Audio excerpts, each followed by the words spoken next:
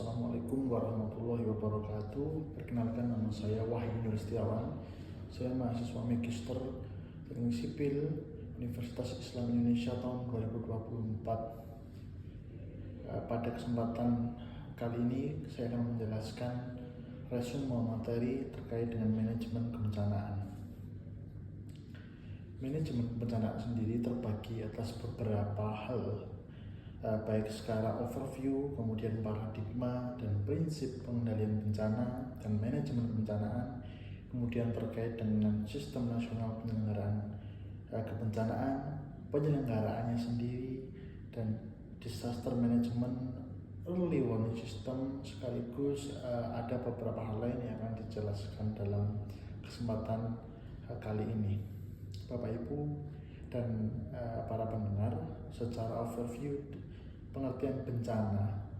Bencana itu merupakan serangkaian peristiwa yang menimbulkan gangguan terhadap kehidupan manusia yang disebabkan oleh beberapa faktor, baik faktor alam maupun faktor non-alam.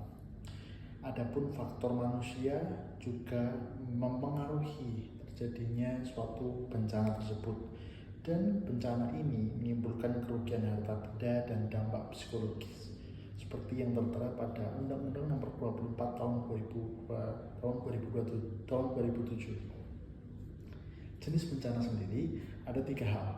Yang pertama itu alam, kemudian non-alam, dan bencana sosial. Kita bisa melihat bahwasanya kejadian kebencanaan Indonesia di tahun 2024, atau kita melihat secara akumulatif di tahun 2024 ini, menjadi refleksi dan dalam penanganannya maupun penanggulangannya, di mana ada beberapa kejadian alam, baik banjir, tanah longsor, gelombang maupun cuaca ekstrim yang terjadi di Indonesia. Kita bisa lihat dari grafik atau ilustrasi di paparan bahwa upaya penanganan bencana itu dikaitkan terhadap jumlah penduduk, kemudian realita yang terjadi di lapangan. Dapat dilihat Bapak Ibu dan pendengar bahwa jumlah penduduk mengalami pertumbuhan yang signifikan, sementara upaya pencegahan bencananya justru menurun, dan secara realita implementasi penanggulangan bencana itu belum efektif dan menaikkan resiko terhadap dampak yang terjadi. Kita bisa ketahui bahwa paradigma prinsip penyelenggaraan penanganan risiko bencana itu ada beberapa hal, yaitu kita sebutnya disaster management: antisipatif, komprehensif, integrated system, and measurable. Di sini prinsip-prinsip yang harus dipegang antara lain adalah rapid and accurate, artinya cepat dan akurat, kemudian priority activities atau lebih memprioritaskan, menskalakan terhadap kegiatan atau penanganan, kemudian koordinasi dan integrasi, efisiensi dan effectiveness, transparansi dan accountability, partnership, harus bergandeng tangan, harus berkolaborasi, empowerment, non-discriminatory, dan not for religious purpose. Faktor-faktor tersebutlah yang menjadi prinsip dalam penanggulangan bencana. Penyelenggaraan penanganan resiko kebencanaan sendiri terbagi atas 3, dari pra dan saat tanggap darurat, kemudian pasca bencana. Langkah pengurangan bencana dari stakeholder yang ada itu adalah 3 hal. Yang pertama adalah bagaimana kita menjauhkan manusia dari sumber bencana. Yang kedua adalah menjauhkan sumber bencana dari manusia. Dan yang ketiga adalah hidup harmoni, berkolaborasi, menerapkan ilmu, pengetahuan, dan teknologi untuk penanggulangan, untuk tanggap darurat, dan untuk penyelesaian dari bencana atau mengurangi dampak yang terjadi. Kemudian stakeholder mana yang harus berperan di sini? Stakeholder yang berperan meliputi dari legislasi, kemudian kelembagaannya, kemudian perencanaannya, penyelenggaraannya, penerapan ilmu pengetahuan dan teknologi, serta pendanaan. Ada 6 kurang lebih stakeholder atau kegiatan ataupun perencanaan yang harus disusun dalam rangka penanggulangan bencana.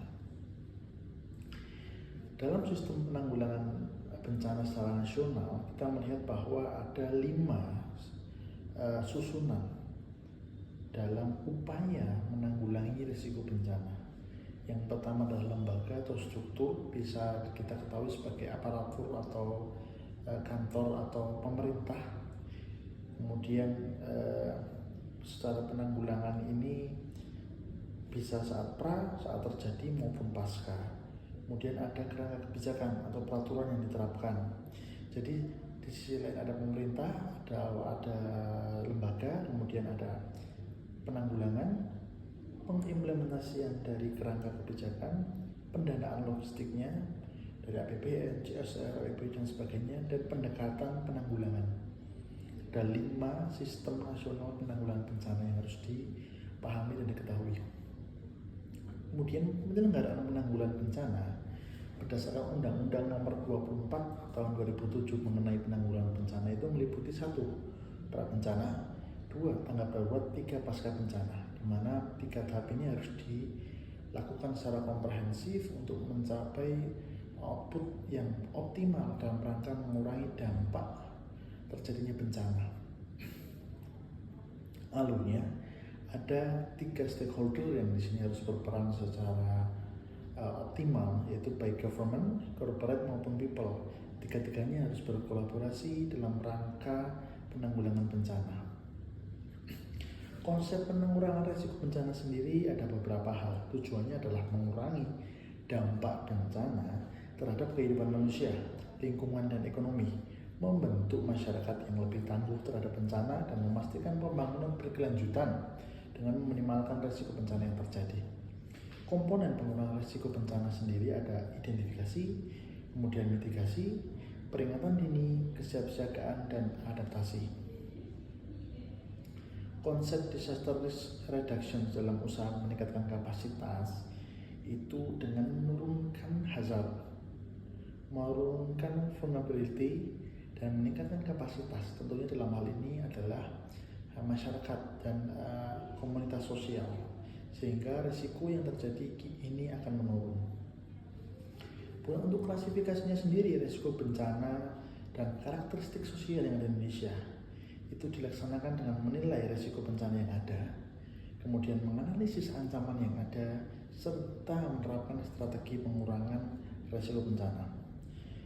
Bahan dan analisis data kita bisa lihat dari platform yang dimiliki oleh BNPB, yaitu Inaris, di mana penggunaan atau pengimplementasian dari GIS atau teknologi ini mampu menggambarkan, mengilustrasikan resiko kebencanaan, kemudian kondisi sosial, ekonomi, topografi, dan tutupan lahan itu menjadi alat dalam rangka mengurangi risiko kebencanaan. Apa saja yang menjadi faktor kerentanan? Yang pertama adalah kemiskinan dan pendidikan rendah, kesenjangan sosial, ekonomi. Implikasi strategi dalam manajemen risiko bencana ini harus dilihat secara utuh. Contohnya seperti banjir. Kita lihat bahwa kondisi sosial ekonomi, adanya keterbatasan data, pendekatan multi sektor dan multi kepentingan lah yang perlu dikolaborasikan. Kemudian disaster mitigasi sendiri ada beberapa hal. Yang pertama adalah dengan cara melakukan penguatan infrastruktur, pengelolaan lingkungan yang baik, pengaturan tata ruang, sistem atau penerapan sistem peringatan dini, kampanye dan edukasi publik mengenai risiko, bahaya, dan rencana, serta penerapan peraturan dan teknologi. Disaster management dalam hal ini adalah berupaya untuk mengurangi dampak bencana. Tujuannya yaitu melindungi kehidupan dan mempercepat pemulihannya, yang terdiri atas beberapa hal. Di sini ada 5 hal yang perlu diperhatikan. Yang pertama, melindungi kehidupan manusia, mengurangi kerugian harta infrastruktur, memastikan kelangsungan hidup dan layanan dasar, mempercepat proses pemulihan dan rehabilitasi, serta yang terakhir mengurangi kerentanan dan risiko bencana. Di sini kita perlu disaster preparedness, yaitu serangkaian tindakan dan langkah untuk mempersiapkan diri masyarakat ataupun komunitas serta organisasi dalam menghadapi kemungkinan terjadinya bencana. Bagaimana caranya? Yang pertama adalah kolaborasi dan koordinasi. Yang kedua, evaluasi dan perbaikan rencana. Yang ketiga, perencanaan dan pelatihan. Yang keempat, pengumpulan sumber daya. Yang keempat adalah memberikan pendidikan dan kesadaran kepada masyarakat. Di sini kita bisa lihat bahwa penerapan disaster preparedness ini meliputi desa tangguh bencana. Ada komponen-komponen yang diterapkan di sini. Yang pertama adalah identifikasi, kemudian kesiapsiagaan, sistem informasi bencana, pemberdayaan ekonomi dan sosial, serta kolaborasi dan kemitraan. Tak lupa, salah satu langkahnya adalah penerapan early warning disaster atau sistem peringatan dini dengan tahapan pemantauan, deteksi, analisa data, dan penyampaian informasi yang jelas dan terukur. Kunci penerapan dari early warning system itu adalah dengan menyelaraskan multi komponen baik secara fisik maupun non fisik. Secara fisik itu adalah dengan menerapkan dan mengimplementasikan teknologi yang dibarengi dengan peningkatan kapasitas sosial masyarakat. Dari serangkaian proses penanggulangan bencana tadi, ada yang dinamakan dengan Post Disaster Need Assessment atau PDNA sesuai dengan peraturan Kepala BNPB nomor 17 tahun 2010 mengenai pedoman penyelenggaraan rehabilitasi dan rekonstruksi. PDNA sendiri ada 3 klaster atau 3 asesmen yang harus dilakukan.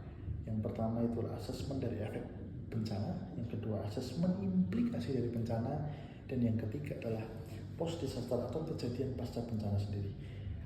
Dalam bagan yang saya gambarkan ada 4 langkah yang perlu dilaksanakan. Yang pertama adalah bagaimana mengidentifikasi bencana, kemudian bagaimana impactnya, efeknya yang terjadi, kemudian recovery need assessment atau apa yang dibutuhkan untuk merecovery, dan yang ketiga adalah formulasi atau langkah apa yang paling baik, paling optimal untuk diimplementasikan.